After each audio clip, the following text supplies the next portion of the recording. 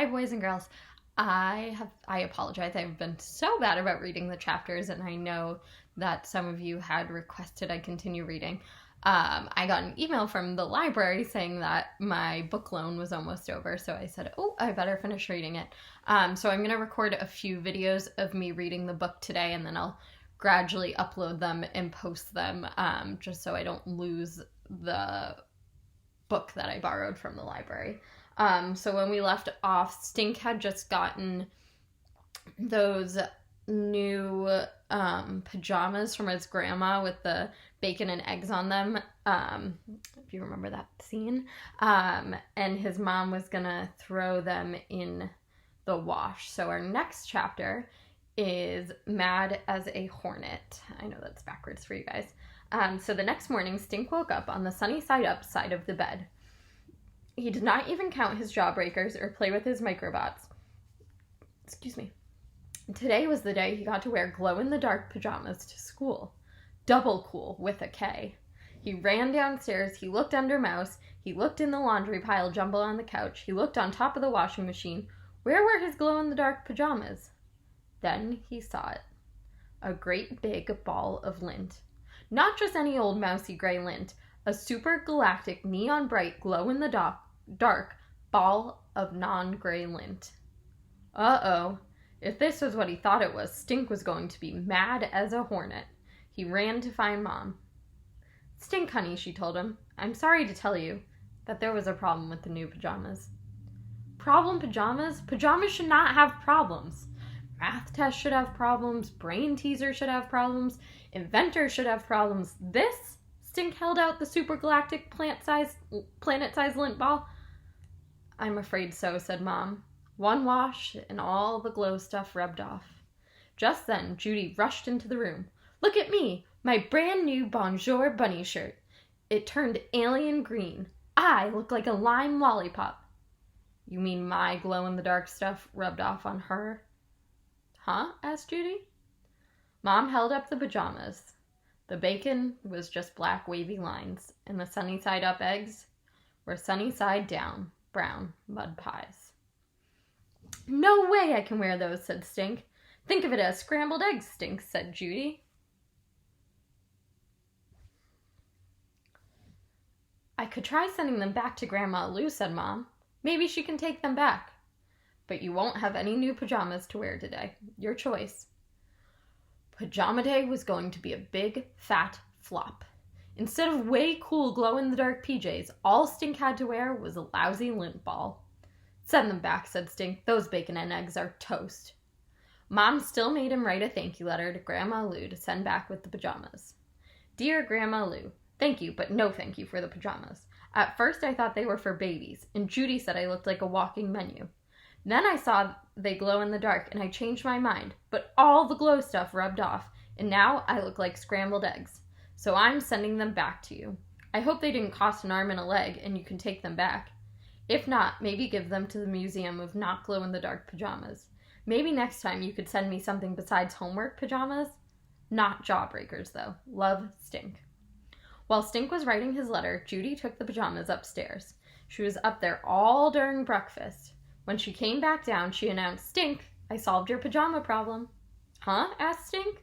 Judy dragged Stink by the arm into the coat closet and shut the door. Hey, something glowed.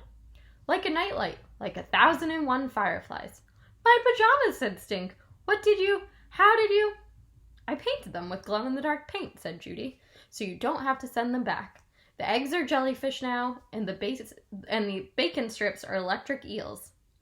Jumping Jawbreaker, said Stink. Thanks. He hugged his sister.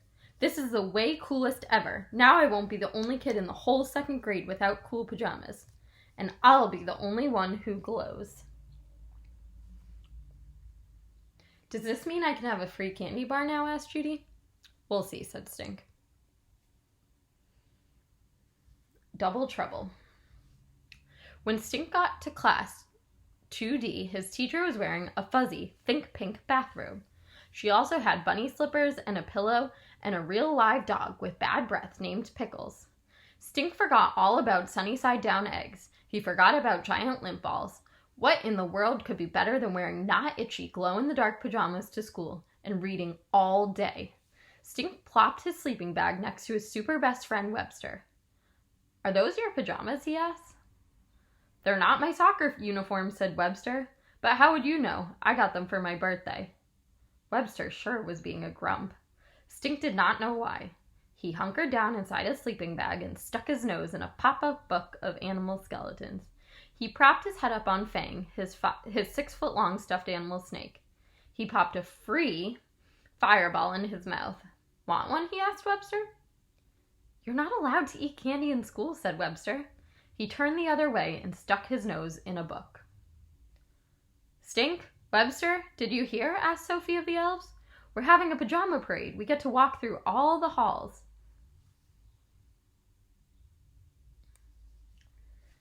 And we get to go to a special assembly in the library where Mrs. Mack will tell stories from around the world.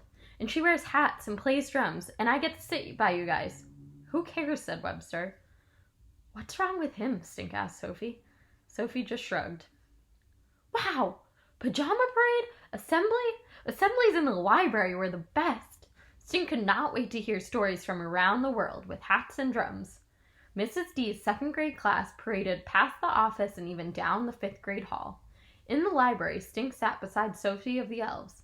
Webster was right behind Stink. Mrs. D pointed for Webster to sit down in the space right next to Stink. I'm not sitting by him, said Webster. Let's not make a mountain out of a molehill, said Mrs. D. Webster sat down.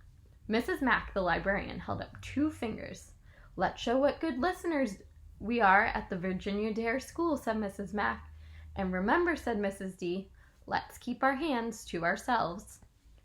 Stink couldn't stand being ignored, especially by his best friend.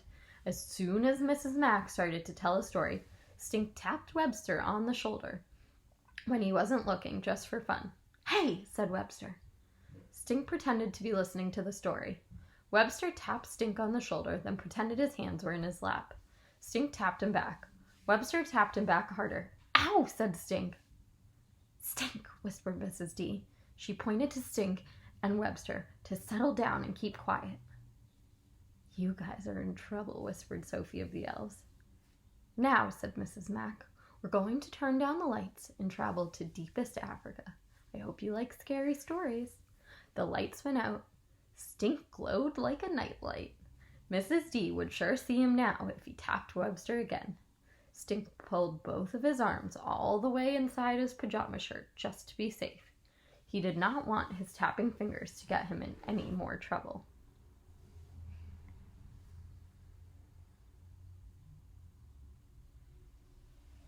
Drumbeats filled the air. Mrs. Mack made her voice low and whispery.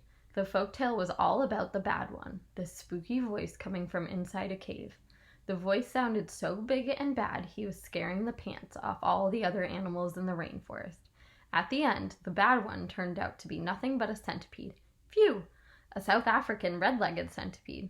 Stink knew all about centipedes. Once, in the Toad Pea Club with my sister, he told Webster, we tried to set a record for the longest human centipede. So, said Webster. Stink forgot all about paying attention. Something was wrong with Webster. He tried to make up a centipede joke to tell Webster. What goes 99 clunk? Stink asked Webster. Or 33 clunk, or 67 clunk. Webster ignored him. A centipede with a broken leg. Stink cracked up. He flashed his fireball red tongue at Webster. Webster didn't even crack a smile.